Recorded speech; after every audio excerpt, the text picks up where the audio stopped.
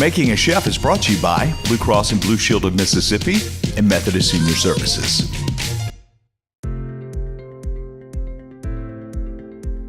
Today, I'm gonna show y'all how to make one of my all-time favorite corn dishes, cream corn. This is an excellent side dish to any meal, and it's very easy to make. So, I'm gonna start off by making a roux. A roux is just basically equal parts fat and flour, and it's a very good thickening agent. It is the base of many sauces and soups, such as gumbo. I'm gonna add my 2 tablespoons of butter to the pan, and let it melt, and let it brown up a little bit. Now, browning the butter just gives it a different depth of flavor, and gives it a little nuttiness, and just makes it more interesting on the palate. The butter is nice and melted, so I'm gonna add the flour now. The longer you let your roux brown, the less thickening it does. Since I'm gonna puree the corn and make it thicker with its own juices, it's gonna be fine. Once the butter and flour are all incorporated, reduce the heat to medium-low and let it brown. This should take about 5 minutes, and you will know when it's browned enough when you can smell a nutty flavor in the air. The roux is a nice golden brown color, and it's starting to smell very fragrant and very nutty in here. So I'm gonna slowly add 2 cups of whole milk. When I say slowly, just do a slow drizzle at first, because if you add cold milk or cold liquid to this, it will clump up, so be sure to whisk.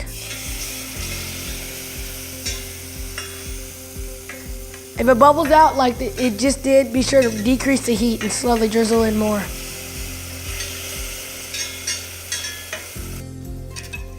Okay, the milk is all incorporated. Now it's time to add just about 2 to 3 tablespoons of heavy cream. I'm gonna go ahead and add my spice mixture. So it's just a mixture of minced garlic and a little bit of its juice, paprika, sugar, and black pepper. And so it formed a little paste, which is fine. I'll mix it right in. Go ahead and add some salt, a heavy pinch, because salt and sugar are corn's best friend. And for a little more depth of flavor, I'm gonna add my spice blend. It's salt, pepper, and smoked paprika, and a little bit of garlic powders. This is a perfect all-around seasoning for any dish. To finish up the spices, add about a teaspoon of freshly grated nutmeg. I'm going to add 1 bag or 16 ounces of frozen or fresh corn.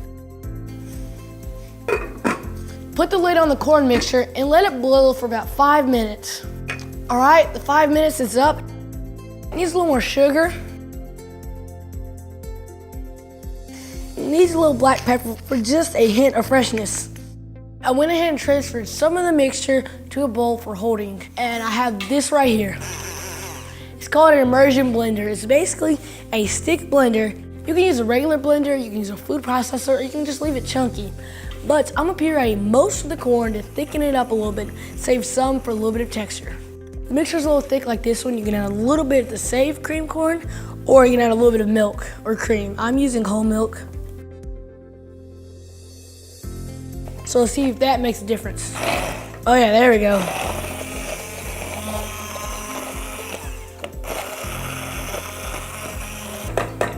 I'm going to go ahead and add the reserve back into the pan and keep on cooking it a little more. Turn the heat back onto about medium-high. Keep cooking for about 3 more minutes. So this is nice and thick. There we go. Looks done, smells done, which is always very important, and flavor's right there, and it tastes done. Go ahead and plate this with your favorite steak or your favorite protein, or eat it out of the bowl like I like to do.